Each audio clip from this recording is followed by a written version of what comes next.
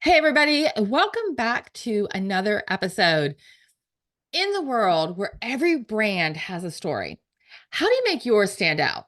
Well, today we are diving into the art of using public relations, not just to tell your story, but to make it echo and impact the world around you.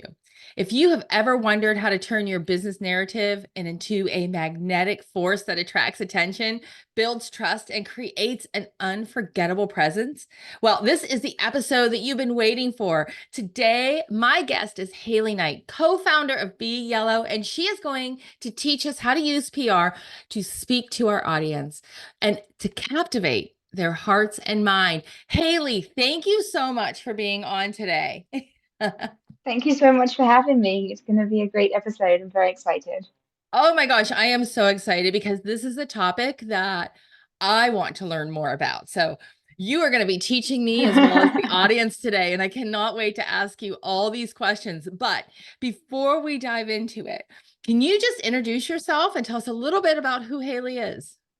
Yeah, no problem. As you said, I'm the co-founder of Be Yellow, a PR and marketing agency. We're a fully remote agency. Me and my partner run it with a small team. We travel full time. We've been traveling full time for 3 years, and we work with brands and individuals all over the world. I myself, I'm also a TEDx speaker, and I have been listed as Elle Magazine's 23 under 30 entrepreneurs. Oh my gosh, I love that. And that's a whole other topic. I'm not going to start asking a million questions because It's they're a all, whole other podcast. oh my gosh, it's like a whole other conversation. Yes, I'm like, I want to stay on topic, but this is going to be really hard for me. So today we're talking about PR, right? And how do we use it to increase our profile and to tell our business story? Can you tell us, like, why is PR so important to telling our business story? PR it helps build loyalty and trust for one thing. It helps you share your brand story, and it helps you build your profile. There's so many benefits to PR, and it's beneficial from whether you're a startup or an individual right through to big brands and corporations. It's obviously it all depends on your PR goals, and the bigger you get as a company, the sort of the your PR goals will change. So it's really, really important to have a solid PR strategy in place that is flexible and adaptable. But PR is in fact fantastic for getting your story out there and getting you out there and positioning you as the expert, as the leader. So you're talking about these strategies, right? So what are some key strategies that we can use to leverage our PR effectively? Oh, I sing this one until the cows come home. Know Oh, your audience. yeah. Oh my gosh. You know what? Before you go on, I have to tell you this, right? I have to tell you this. Um, I was part of this group and it was on Twitter years ago. I'm talking 15 years ago. And I had the opportunity to ask Sharon Osbourne a question. And did Amazing. I didn't want to miss that opportunity. And I asked her, what is the best piece of advice that you would give a small business owner? And that is exactly what she said. Mhm. So I love that you It's just said that. it's so, so true. If you don't know your audience, you can have all of the PR in the world and it won't get you anywhere. It won't help you reach your goals. It won't connect you with customers. It won't drive sales. You have to, if you're going to invest time into anything at the beginning of your PR journey, invest in understanding your business, sorry, your audience. And it's you, and like really, really understand them, like understand who they are, what they do, what their hobbies are. Social media is a fantastic tool for understanding this, and what they read and what platform they're on. For example, if you're a young Gen Z brand, you're not going to want to go to the broadsheet newspapers. And if you're a business, you're not going to want to go to the health publications. It sounds so obvious, but so many people make the mistake because they just think, oh, I want to be in Vogue, or I want to be in Glamour, or I want to be in Forbes, and it's just it doesn't connect if you're not in the right space. It's like you need I to place yourself really, where. you're saying that, and I'm thinking of people who I've seen who've been in Forbes, and I'm like, you're kind of right. It doesn't really align. And I don't think I Mhm. realized it until you just said that And that's so important. And I didn't think about it. Like I will preach also, you have to know your audience, right? When I'm running ads for companies or I'm designing a website, that's one of the very first questions I'm asking, and it's all over the place. But I didn't think about it in regards to your PR. It falls in line with that Hmm. too. That's It's interesting. so important. Is that if you have a an audience that is predominantly, say, listening to podcasts and or on YouTube channels, then target those rather than traditional media. Mhm. It's so important to align your PR with your audience. Yeah. So how do you track if the PR is actually working? Like, It's $1 million question, and yes. if it isn't marketing, you can't track it as or anywhere close to as accurately as marketing and measure it as accurately as digital marketing techniques because you just don't have the data. There are platforms that you can use that we use to monitor our clients' data, but they are expensive. So when you're starting out or you're a small business, it's not necessarily possible to make that investment. The one thing that I would say is for every PR piece that you know is coming out, say, for example, we had a client in Women's Health magazine, a full feature for International Women's Day. We knew that was coming out. We knew 2 weeks in advance that that was being published.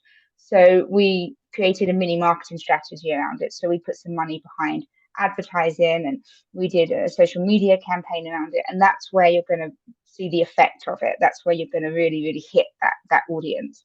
Mhm. What I would say is the best way to do is just consistently monitor your coverage, and look at sort of things like every platform now has like comments and likes and shares. They share most of the comments on social media. So look at it as engaging.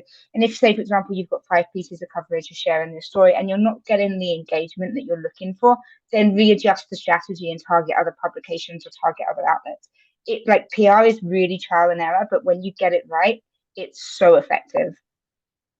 And okay, I'm going to back it up a little bit, right? Sorry. No, no, no, no. I'm the one who took you ahead. I'm like, yeah, this is good, but let's back it up because I didn't even ask, like, if you're interested, if you want to, if you really want to use this strategy, which I feel you should, Mhm, what are those first steps that we need to take to create this? mhm. So I actually did a piece for LinkedIn today actually on this and what you should be included in your 2024 PR strategy is that it should be ideal audience, your target audience at the very top, your key messages, your tone of voice. Your tone of voice is so important, which reflects your brand, reflects who you are, and reflects the story that you want to tell. Your measuring and monitoring PR goals, who your PR targets are, who you want to basically the publications, the platforms that you want to appear, and the plan is on how to target them and how to build those relationships. And also, I feel like nowadays everyone should have a crisis comms strategy within their strategy. It's like how to deal with negative social media comments, trolling, all those things, and bad reviews, and then make your strategy as flexible as adaptable as possible because things change and things grow, and you will find out that some things on your strategy won't work or they're not necessarily aligning or you change your direction, so that needs to change with you. So it's more, I call it a blueprint. It's more of a blueprint to help you reach your goals. And so I know that you do this for companies. They can reach out to Be Yellow Yes, and you guys do PR we work do. for them. And how, and I don't want to give all your trade secrets away, right? Because you, you have a business. So, I'm open book. I want people to succeed when it comes to PR. so you, I'm guessing, already have connections with major publications or how does, what should I expect like by coming to you? Yes, so we have fantastic. I've been doing PR for 10 plus years now. I've got fantastic relationships, and really that's all PR is relationships. I know that I have people um, that I can go to, editors, writers, journalists that I can go to and say, hey, like I've got this new client. I know that this is what you write about. Like, can I send you some content? Can I send you some information? Again, it's like the biggest bugbear for journalists is when companies email them something or contact them something that is completely irrelevant to what they write about. It's the quickest way to get blacklisted. I had a call with the political editor of the BBC the other day. He was doing a talk, and he was saying that he got sent he's a political editor of BBC, and someone sent him a press release about Pokemon. It's like he's never going to trust that PR that PR again, or the person who sent it to Mm. him again. It's completely irrelevant to anything that he does. There's nothing he can do with it. So it's just about, it takes time. Like PR is a slow burn when you're starting out and doing it yourself, because it does take time to find those contacts, build those relationships. LinkedIn is a fantastic resource for it.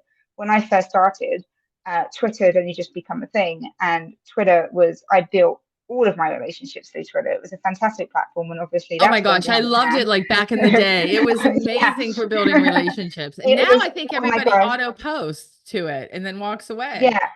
And then obviously it's just not being used for what it used to be. It used to be Yeah. even for business growth. Like I used to get 80% of my clients through Twitter. I used to train people and teach people how to use it as a business strategy. I just Hmm. couldn't do it now. It doesn't work. But LinkedIn, on the other hand, does. TikTok is fantastic.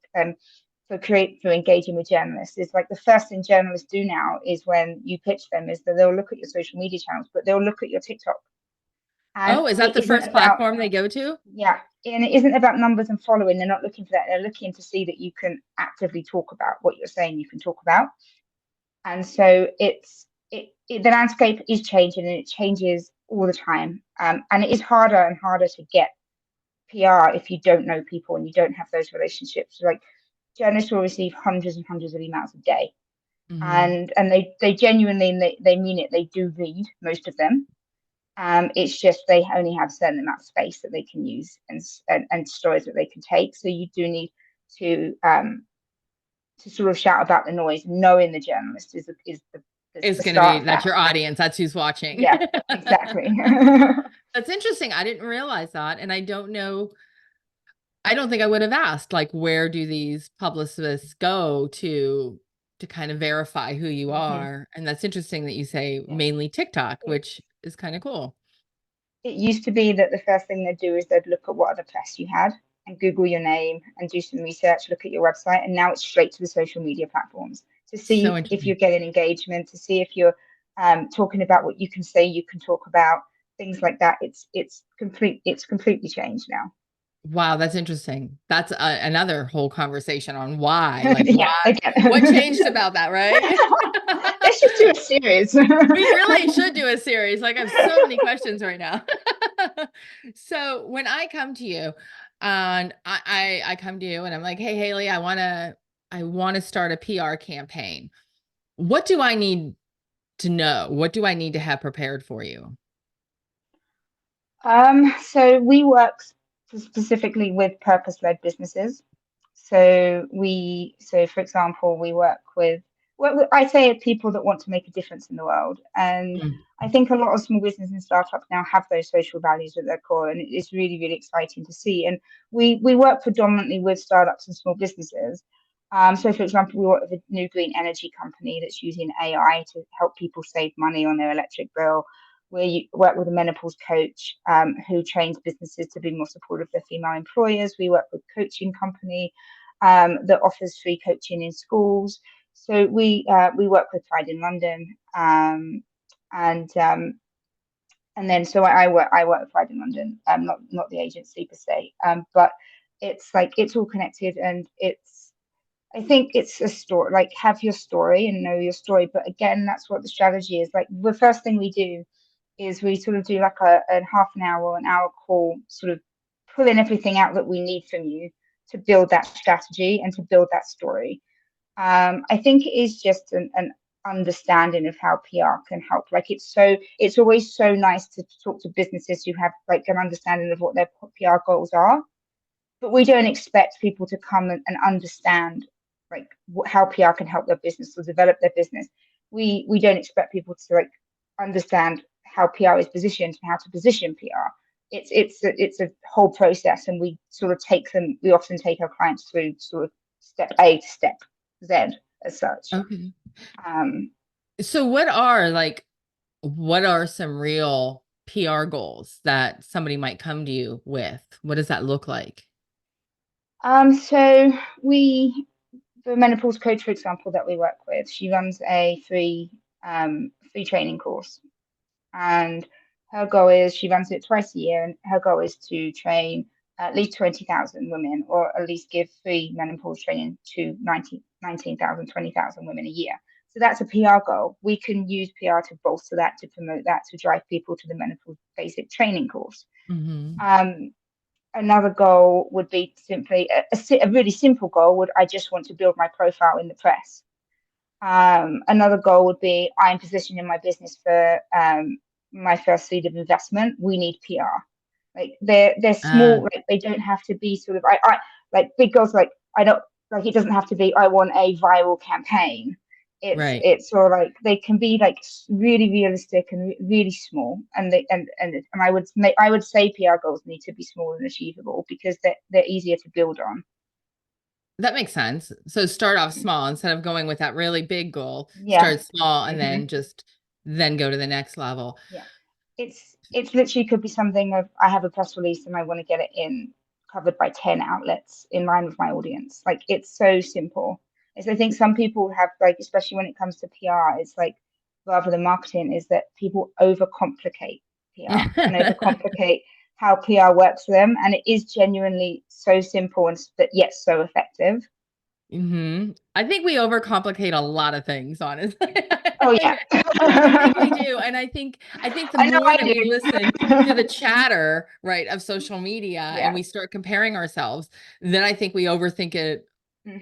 even more over that, right? So I think there's a lot of So overthinking happening. I think like for my goals, like when I decided that I wanted to do a TEDx talk, it's like I want to do a TEDx talk. How can I use PR to build my profile to get this TEDx talk? And it worked. Hmm. Yeah. And so it's something it be a personal PR like personal brand PR goal or business PR goal. I want to build my profile because I want to attract new clients, or I want to grow my social media, and I know PR is going to help me with this. It's like it's things so simple as this. Yeah. So if I wanted to create a pitch to try to get journalists to pay attention to me, right? How do I create why are you laughing? I could do it. I'm I'm laughing because this is my life at the moment. Yeah. All I'm doing is courses and training on pitching, and Okay. Well, perfect. Perfect. We have to and put the it's link to great. your training in the show notes. But how So I'm sure it's really complicated, right? I'm sure there's a lot of steps, but give us a general idea of how do we create that pitch? so it's keep it short and sweet is my biggest Okay. tip. Is that journalists do not have time to read a really long email or excessive amounts of information, and keep your it's sort of an executive summary. Keep like your main point in the first sentence or the first paragraph, and make and to the point. So the first paragraph should tell them exactly what your pitch is. Use data points and make it relevant. So if you can refer to a news story, a recent news story, or an awareness day, or an event, use existing data. It doesn't have to be your own data. You can do research, just put it from Google. It's what we do if a client doesn't have their own data, and it just makes it socially relevant. And it like people respond to two things: they respond to human and they respond to data. So I always say within your pitch, add both of them to it, and yeah, just make it really succinct. If you have a press release, if you have images, include them in the email. Never attach. Journalists will not open attachments. Ah, And that's a good note. Okay. yeah, so and they're and if you're going to use photo links, never use WeTransfer. Journalists hate WeTransfer. I hate it It's too. Dropbox or Google Photos. It's because the links expire and you have to download and open. It's like it's not a practical way of delivering photos. Because the thing is, as well as like journalists are busy, so if they don't get your email for like 5 6 days, the link might have expired. Yeah. Oh my gosh, And I'm so glad you said that. And I'm not the only one. I'm like, why do I don't even like the platform. Oh my God, I hope they I'm don't listen to exactly the this. same. I get so busy, and then like people send me like WeTransfer links. I had it yesterday with a client, and they were like, "Oh, just to let you know, this is about to expire." And I was like, "I haven't even got to this yet." Like, I know. um, I've been there. I have totally been there. So what are some of the biggest mistakes you see when somebody is trying to craft a PR pitch? Oh, this sounds really simple, but it happens all the time. Getting the journalist name wrong. Oh, It's it's so like, and it's like any webinar or talk that you see a journalist say, they all say it. So to get the name right. yeah. Um, Oh, making wow. it, That yeah, it's a rookie mistake, and it's a costly one because you need to build trust with these journalists. It's how relationships work. And if you can't even pay attention to detail and get the name right, it doesn't look great. No, it doesn't. And you're right. Because I even think about sometimes when I get something and my name's wrong, because I don't know why Mhm. Deanna is such a challenge. But it is.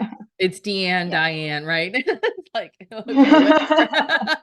They're somewhat close though with me, but and so and not perf and I think like spell the name right as well. Is that yeah. get it right and spell it I hope I right. spelled yours right because I kept No, going it's back. fine. Did I misspell it? Because I'm like, No, I no, kept not at going back all. and looking. No, I'm like, now I'm gonna no. go back and all my emails to you because you do spell it a little bit differently than I what I'm have a used to. And I very kept, English version. I have a very English way of spelling my name. It's always a fun point when I go over to the States and they're like, Harley, Harley. oh my God. So I was going to ask you next, like, how can you build these connections, right? And obviously, once you do build it, get the name right and build trust. But how do you start to build these connections with journalists? Um, it's not as difficult as it seems, but it does take time. LinkedIn is great. Connect like with the journalist. I think it's all confidence. It's just connect with the journalists on LinkedIn that you want to be in front of, and just make sure that things like your LinkedIn profile is up to date. You're posting content that you want them to see, that you want them to engage with. Engage with their content. That side of Twitter hasn't changed. It's just transferred to LinkedIn, and so it's just engagement, comments, making sure that you're on their radar. The first thing we do when we start working with a new client was we don't send pitches out. We send them an intro email to the client. All of the journalists that we know and are relevant to the client, we will send an intro email and say, we'll started working with X client. This is who they are. This is what they do. This is more information about them. Press love clients that have had press. So always send them your press, and they like to see that what you have to say is worth talking about. And obviously, previous press does that. And then if you can offer them an exclusive. So, for example, if you built your thought leadership or leadership profile up in the press, and you've spoken about expertly about what you do, but you've never shared your personal story, offer them your personal story as an exclusive. So find like Mhm. your top journalist that you want to engage with and say, I can give you this as an exclusive. But yeah, just introduce yourself, find their email address, introduce yourself, and let them know that you are available and you are responsive. Give them your phone number, and then they might not have something for a few weeks, but they will come back to you because they will remember. Wow. And also as well as the best thing, and also going back to pitching as well, is like it's your subject line is so important. I always say make your subject line 10 words or less. It doesn't need to be any Mhm. more than 10 words. And use keywords. Like, so basically press will go back, journalists will go back to their emails and they will search for something. Those search words need to be in your subject line. So for example, if they're searching menopause needs to be in your subject line so it comes up. So it's Mhm. just think about when you're writing it, like even in your pitch as well, it's like, what are journalists going to search for if they need my content? If Yeah. they need to refer back, if they need to find me in their emails, how am I going to be discovered? You know what? I'm glad you brought that up because I had another experience that I'm going to share about the how important the email subject line is when you're trying to reach somebody that you don't know. I was going to New York City and I wanted the opportunity to meet with this high-end designer who was down there. And I knew that we were both from the same town. So I put the town name in the subject line. And she messaged back, said, come on, I want to give you a tour. Amazing, friendly, so kind. And I asked because her assistant was like, she gets a minimum of 300 emails a day. So I asked, why did you respond? You get all those emails, you don't know me. Why did you respond? She said, it was your subject line. When I saw the town we're from, I opened it right away to see, and you're definitely welcome to come through. So that was somebody who didn't know me at all in a different Hmm. arena. But to go to your point, that subject line matters. Grab their attention. Yeah, it's important, and make it personal. Like, make your pitch personal. It's like research the journalist before you contact them and Mhm. say, oh, like this journalist likes dogs. I'm gonna connect that and say I like talk about my dog, or I see as simple as like if I'm emailing someone that's also named Haley, I'd be like, hi Haley, great name. Yeah. And so it's just like that little like spark of like enthusiasm. And it's Yeah. like journalists get like blanket pitches. They all Yeah. have like through Mount, people will send the same pitch to 100 journalists, and it's not personal. Journalists will know that it's been sent to numerous people, and so just make it like talk about like why that this pitch is important to them and their readership. Like say the publication by name. Talk about what their readership is. Like make it personal because they're more likely going to say yes because they know that you've put in the time and the research into them and it's for them. It's not like, oh, this has been sent to 90 other people. Someone will pick it up. That's a great tip. Haley, thank you so much for You're sharing very all of welcome. this with us. Thank you. I'm like thinking of a million things right now. This is I don't honestly. even I don't even feel like I've scratched the surface. I'm Oh sitting my here being God. like, oh, I've got this and this and this. Well, you know what? There's so that's why we need a series, right? But there's so much that goes in with this. But you gave us a lot of really great, solid starting points and things to think about. Now, if somebody is listening to this and like, well, you know what, this sounds all great, and I'm ready to do this, but I don't want to do it myself. I want somebody to take my hand and guide me, and I want to overcome all the mistakes that I know I'm going to make and get right to the point. Haley, how do they get in touch with you? So I'm your girl. I'm your girl. I I'm so passionate about what I do. It's probably something to add. I'm just so passionate about PR. I love it so much. I like think one thing I would say is like 3 years ago I had another agency in London and I closed it down and I went traveling for 3 years. And I came back straight into PR because I missed it so much. And I set this company new agency up to be able to help and support small businesses, individuals, and help them share their purpose and find their brand story and help them get great PR. So it's like, a, yeah, if you want to connect with me, please do. And also, just even if you want to ask questions, you can connect with me on LinkedIn. I'm Haley Knight. My email is haley@beyellow.life. And I think my Instagram is beyellow.life. I think it's probably the best three ways to contact me. I don't tend to use Facebook so much. Okay, perfect, perfect. And all of the links are going to be in the show notes. So if you are listening and you didn't catch that or you didn't have time to write it down, that's okay. You can either listen to it again, which you're going to catch a lot of cool things, or just go down to the notes and all the links for Haley's website will be there. Haley, thank you so much for coming on. This was wonderful. You're Thank very you. welcome. Thank you so much. You're welcome. All right, everybody, we'll catch you next week.